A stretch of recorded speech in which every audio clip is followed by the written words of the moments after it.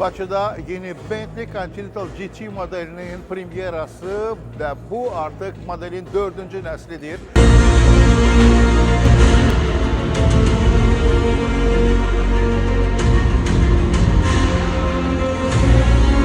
Yeni Bentley Continental GT 2025 karşılayın.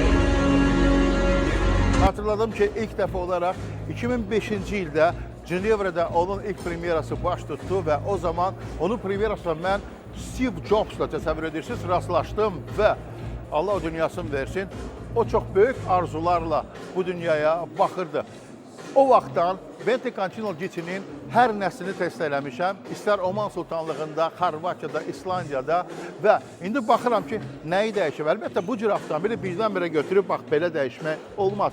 4 nəsil təkamül olaraq yavaş-yavaş dəyişib və əgər baxsaz onun simasına şifriklər peyda olub.